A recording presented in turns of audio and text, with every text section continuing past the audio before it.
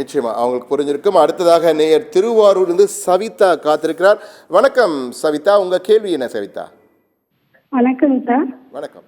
நான் இப்போ ஜேஇ மெயின்ஸில் அவங்க செலக்ட் ஆகிட்டாங்க. இப்போ ஐஐடி கோச்சிங் கவர்மெண்ட்லேயே கொடுக்குறாங்க.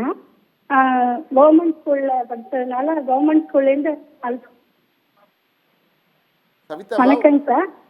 உங்க கேள்வியை தெளிவா கேளுங்க, விட்டு விட்டு பேசுங்கன்னா கேட்காது எங்களுக்கு. தெளிவா கேளுங்க, தைரியமா கேளுங்க. நல்லா கேட்குறீங்க, நட்ட கட்டாயம் நல்லா புரியுது எங்களுக்கு. முழுமையாக மீண்டும் ஒரு முறை இந்த கேள்வியை சொல்லுங்க. வணக்கம் சார். இப்போ கோச்சிங் கிளாஸ் இருக்காங்க ஹிந்துஸ்தான் காலேஜ். இதில் அழைச்சிட்டு இப்போ கோச்சிங் கிளாஸ் இருக்காங்க. அவங்களுக்கு ஐஐடியில் இப்போ அட்வான்ஸ்டு எக்ஸாம் எழுதுறாங்க சார். அதில் செலக்ட் ஆனாதான் ஐஐடி கிடைக்கும் அப்படிங்கிறாங்க. அப்படி செலக்ட் ஆகாத பட்சத்தில் என்ஐடி கிடைக்குமா அப்படிங்கிறது என்னுடைய கொஸ்டின் சார். உங்க கேள்வி புரிஞ்சிடுச்சு, உங்களுக்கான பதில் வந்து கொண்டே இருக்கிறது. பேராசிரியர் உங்களுக்கு வழிகாட்டுவார் சார். ஜேஇ மெயின்ஸில் நீங்கள் என்ன மார்க் எடுத்திருக்கீங்கிறத பொறுத்து தான் என்ஐடி அட்மிஷன் கிடைக்கிறது இருக்கும். ஸோ அதில் நீங்கள் எடுத்திருக்கிற மார்க்கை வச்சு வர ரேங்க்கில் என்ஐடி அட்மிஷன்ஸ் நடக்கும். ஸோ நீங்கள் ஐஐடிக்கு எக்ஸாம் எழுதுறதுக்கு குவாலிஃபை ஆயிருந்தீங்கன்னா, அந்த ஜேஇ அட்வான்ஸ் எழுத குவாலிஃபை ஆயிருந்தீங்கன்னா, இந்த மே 18 அதுக்கான பரீட்சை இருக்குது. ஸோ அதுலேயும் நீங்கள் எழுதி ஐஐடி அட்மிஷன் வாங்கலாம். ஐஐடி அட்மிஷனுக்குரியதில் குவாலிஃபை ஆகாத பட்சத்தில் நீங்கள் முதல் 2.5 லட்சம் ரேங்க்கில் இல்லாமல் இருப்பீங்க. அப்படி 2.5 லட்சம் ரேங்க்கில் இல்லைன்னா என்ஐடி அட்மிஷன் கிடைக்கிறதும் கொஞ்சம் கஷ்டம்தான். ஆனால் நான் ஏற்கனவே சொன்ன மாதிரி ஐஐடி மெட்ராஸோட இந்த பிஎஸ் ப்ரோக்ராம் இருக்கிறதுல அதில் நீங்கள் அப்ளை பண்ணலாம். அதில் அப்ளை பண்ணி அட்மிஷன் வாங்கலாம். நிறைய அரசாங்க பள்ளி மாணவர்கள் இதில் படிச்சுக்கிட்டு இருக்காங்க. இதுக்கு தமிழ்நாடு அரசு கூட இதுக்கு சப்போர்ட் பண்ணிக்கிட்டு இருக்கு. நிறையா அரசு இதில் இயந்திரங்களில் இதுக்கான சப்போர்ட் இருக்குது. நம்ம கல்வி அமைச்சர் கூட இதை பற்றி பேசியிருந்தார் சில நாட்களுக்கு முன்னாடி.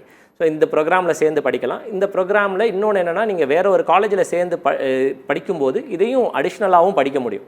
ஸோ ஒருவேளை உங்கள் பையனுக்கு அங்கே என்ஐடி அட்மிஷன் கிடைக்கல, இல்லை உங்களுக்கு அடிஷ்னலாக இங்கே ஐஐடி டிகிரி கண்டிப்பாக வேணும்னு நினைக்கிறீங்கன்னா, இதை சேர்ந்து படிக்கிறதுக்கானதையும் பாருங்கள். இந்த மாதிரியான வாய்ப்புகளை கரெக்டாக யூஸ் பண்ணிக்க சொல்லுங்கள். நிச்சயமாக சார். சவிதா கேள்வியை தொடர்ந்து நானும் ஒரு கேள்வி கேட்கணும்னு நினைக்கிறேன். ஏன்னா ஏற்கனவே நான் அறிமுகத்தில் சொன்ன மாதிரி இந்த ஆர்டிஃபிஷியல் இன்டெலிஜென்ஸ் இப்போ பெரிய அளவுக்கு ஒரு பெரிய மாய். இந்த காலத்து அப்புறம் யாரை கேட்டாலும் நான் ஹெய்ட்ஸ் படிக்க போகிறேன்னு சொல்கிறாங்க. எனவே அது உண்மையிலேயே நிறைய. ஆனால் சில கல்வியாளர்கிட்ட பேசும்போது அவங்க என்ன சொல்கிறாங்கன்னா, அதற்காக தனிப்பட்ட முறையில் படிக்க வேண்டிய அவசியம் இல்லை, ஒரு வேல்யூ ஆடடாக படித்தாலே போதுமானதுன்னு சில பேர் சொல்கிறாங்க. இருந்தாலும் நீங்கள் ஒரு பேராசிரியராக ஐஐடியில் ஒர்க் பண்ணுறீங்க. எனவே ஐஐடி மெட்ராஸுடைய பேராசிரியர் விக்னேஷ் முத்து விஜயன் ஆர்டிஃபிஷியல் இன்டெலிஜென்ஸ் குறித்து நமது மாணவர்களுக்கு அது படிப்பது சரியா அல்லது வேல்யூ ஆடாக படித்தா போதுமா, எப்படி இருந்தால் சரியாக இருக்குன்னு சொல்லுங்கள் சார். இப்போ நிறையாவே ஒரு கிரேஸ் இருக்குது artificial intelligence, data science, machine learning இதெல்லாம் படிக்கணும்னு. அதை ஒரு டிகிரியாக எடுத்து படிக்கிறது தப்பு கிடையாது. ஆனால் அதை படிக்கும்போது என்னென்னா, நமக்கு நல்ல அண்டர்ஸ்டாண்டிங்கோடு படிக்க வேண்டியிருக்கும். அதாவது அதில் நிறையா மேக்ஸ் இருக்கும், அந்த ப்ரோக்ராமிங் கான்செப்ட்ஸ் நிறையா இருக்கும்.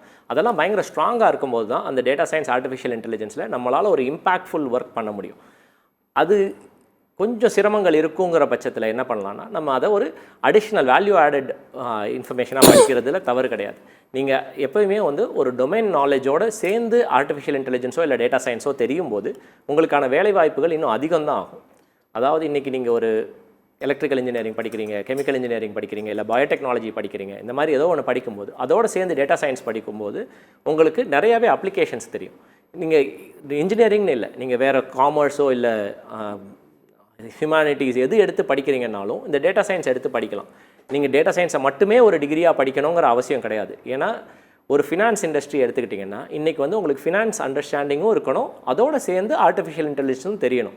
அப்படி ரெண்டும் தெரியும் போது தான் அந்த பொருளாதாரமும் செயற்கை நுண்ணறிவும் சேர்ந்து பண்ணும்போது நிறையாவே ஆப்பர்ச்சுனிட்டிஸ் கிடைக்கும். ஸோ அந்த ஃபின்டெக் இண்டஸ்ட்ரி அப்படின்னு சொல்லுவாங்க, அதில் நிறையா வாய்ப்புகள் இருக்கும். இந்த மாதிரி நீங்கள் ஒரு டொமைன் நாலேஜ் வச்சுக்கிட்டு அதோடு சேர்த்து ஆர்டிஃபிஷியல் இன்டெலிஜென்ஸ், டேட்டா சயின்ஸை சேர்ந்து படிக்கும்போது உங்களுக்கான வாய்ப்புகள் அதிகமாகும். நிச்சயமாக ஒரு சிறந்த விளக்கம் இது. ஏன்னா நிறைய மாணவர்கள் இந்த குழப்பம் இருக்குது, இப்போ தெளிவு பெற்றிருப்பாங்கன்னு நினைக்கிறேன். அடுத்ததாக கோவையிலிருந்து செந்தில் காத்திருக்கிறார். வணக்கம் கோவை செந்தில், சொல்லுங்க. ஹலோ, வணக்கம்மா, சொல்லுங்கம்மா. சார் வணக்கம் சார். வணக்கம். செந்திலுடைய மகள் நினைக்கிறேன், நீங்க கேள்வி கேளுங்க. எங்க சிஸ்டர் 185 கட் ஆஃப் வாங்கியிருக்காங்க. சரி. கம்ப்யூட்டர் மேத்ஸ் குரூப்ல. ஓகே. என்ன கோர்ஸ் எடுத்தா யூஸ்ஃபுல்லா இருக்கும்? அவங்க இருக்காங்களா? உங்க தங்கை பக்கத்துல இருக்காங்களா? இருக்காங்க சார். அவங்க கிட்ட கொடுமா போன். ஹலோ. சொல்லுமா, உங்க பேர் என்ன? என் பேர் ஹர்னி. இப்போ உங்களுக்கு எதுல விருப்பம் இருக்குமா?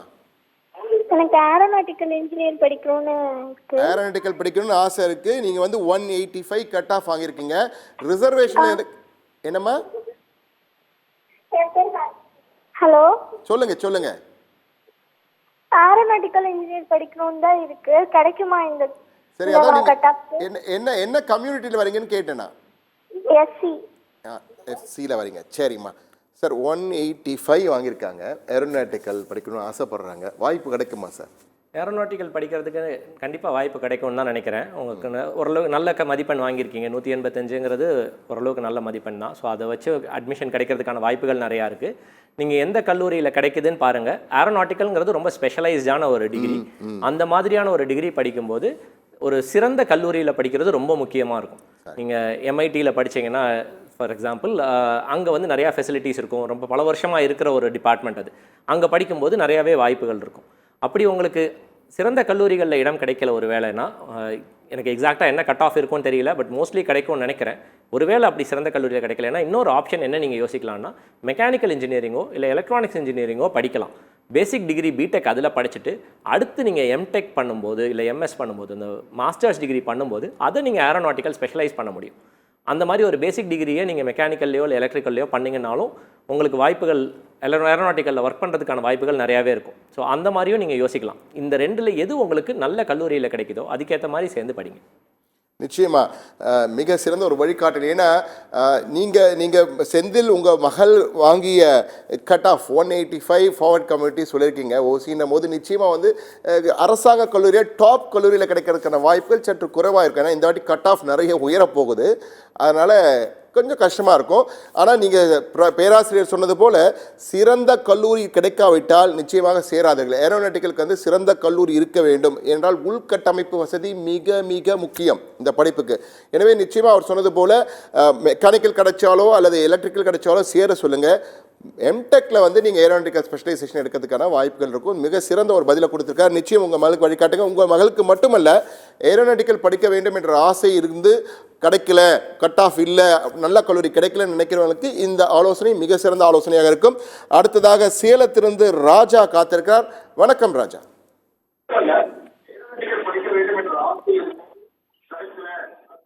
ராஜா, நீங்கள் என்ன பண்ணுறீங்க? தொலைபேசியில் கூட பேசுங்க. தொலைக்காட்சியோட சத்தத்தை குறைத்து வைத்துட்டு தொலைபேசியில் கேள்வியை கேளுங்கள், பதிலை தொலைக்காட்சியில் பாருங்கள். உங்கள் கேள்வியை இப்போ கேளுங்க தொலைபேசியில். ஹலோ, சொல்லுங்க. ஹலோ, கேள்வியை கேளுங்க சார், கேள்வியை கேளுங்க சார். எங்க சன்னை வந்து 507 மார்க்கு, கட் ஆஃப் மார்க் வந்து 165 எடுத்திருக்காரு. சரி. அவரு கெமிஸ்ட்ரியில வந்து 96 எடுத்ததுனால அவருக்கு அந்த ப்ரொஃபஸர்ல டீச்சரா போகணுன்ற ஒரு ஐடியா இருக்கு. பட் அது இல்லாம அடிஷனலா இன்ஜினியரிங்ல அல்லது வெட்டினரியில இடம் கிடைக்கிறதுக்கான வாய்ப்பு இருக்குங்களா? அவர் பயோமேக்ஸ் எடுத்திருக்காரா? ஆமா, பயோமேக்ஸ், எஸ்சி கம்யூனிட்டி. 165க்கு வெட்டினரி. எனக்கு தெரிஞ்சு எஸ்சி கம்யூனிட்டியா? ஆமாங்க. எஸ்சிக்கு வந்து லாஸ்ட் இயர் கட் ஆஃப் எவ்வளோ வந்ததுன்னு தெரியல. வாய்ப்பு இருக்கலாம் நினைக்கிறேன். நீங்கள் என்ன நினைக்கிறீங்க சார்? எஸ்சி கம்யூனிட்டிக்கு வாய்ப்புகள் வாய்ப்பு உண்டு. ஸோ ட்ரை பண்ணி பாருங்கள் வெட்டினரி கிடைக்கிறதுக்கு. கண்டிப்பாக வந்து 165க்கு அந்த கம்யூனிட்டி ரிசர்வேஷன் படி நல்ல கல்லூரிகளில் இடம் கிடைக்க வாய்ப்பு உண்டு. வேறு டிகிரிஸும் பார்க்க சொல்லுங்கள். எது அவங்களுக்கு இன்ட்ரெஸ்ட் இருக்கோ அதில் எடுத்து படிக்கலாம். நிச்சயமாக. அடுத்து கரூரிலிருந்து அன்புராஜ் காத்திருக்கா. வணக்கம் அன்புராஜ். வணக்கம் சார். வணக்கம். உங்கள் கேள்வி என்ன அன்புராஜ்? சார், நம்ம சன்னு வந்து +2 எக்ஸாம் எழுதி 536 மார்க் எடுத்திருக்கான் சார். சரிங்க. கட் ஆஃப் வந்து இன்ஜினியரிங் கடை 180 வருங்க சார். சரிங்க சார். அவன் கம்ப்யூட்டர் சயின்ஸ் இல்லாட்டி ஈஸி இது கிடைக்குமா சார்? நீங்கள் 180 சொல்லியிருக்கீங்க இல்லையா? நிச்சயமாக கிடைக்கும். கிடைக்காம வாய்ப்பு நிச்சயம் உண்டு. ஆனால் நீங்கள் சொன்ன மாதிரி கம்ப்யூட்டர் சயின்ஸ், எலக்ட்ரானிக்ஸ் கம்யூனிகேஷன் நிறைய பேருக்கு குழப்பம் இருக்கு. எது சிறந்த படிப்பு அப்படின்றது.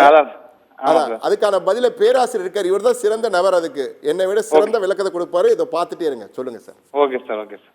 கம்ப்யூட்டர் சயின்ஸ் இல்லை எலக்ட்ரானிக் கம்யூனிகேஷன்ஸ்னால் நீங்கள் ரெண்டுமே கொஞ்சம் டிஃப்ரெண்ட்டான ப்ரோக்ராம்ஸ். அதில் வந்து எலக்ட்ரானிக்ஸ் அண்ட் கம்யூனிகேஷன்ஸ் டிகிரியை பொறுத்த வரைக்கும் நீங்கள் நிறையா ஹேண்ட்ஸ் ஆன் ஒர்க் பண்ணுற மாதிரி இருக்கும்.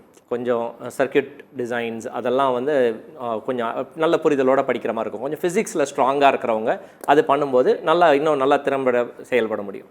அதே இது கம்ப்யூட்டர் சயின்ஸ் எடுத்துக்கிட்டிங்கன்னா நல்ல லாஜிக் மேக்ஸ் அதில் ஸ்ட்ராங்காக இருந்தீங்கன்னா அதில் படித்து அதில் நல்லா பெர்ஃபார்ம் பண்ண முடியும். ஸோ உங்களோட பையன் எதில் வந்து அவனோட திறமை இருக்குங்கிறத பொறுத்து இது ரெண்டில் ஏதோ ஒன்று சூஸ் பண்ணுங்கள்.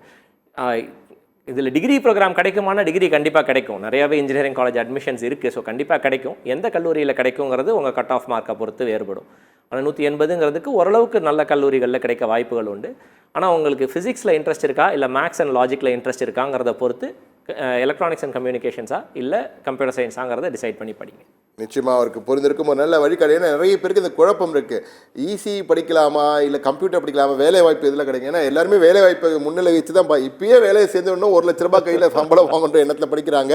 இதுதான் நல்ல நீங்கள் வழிகாட்டு. ஃபிசிக்ஸ் ஆர்வம் அதிகம் இருந்தால் ஈஸி, மேக்ஸ் ஆர்வம் வரும், லாஜிக் ரீசனிங் அதெல்லாம் இருந்ததுன்னா கம்ப்யூட்டர் சயின்ஸ். நிச்சயமாக நல்லா புரிஞ்சிருக்குன்னு நினைக்கிறேன்.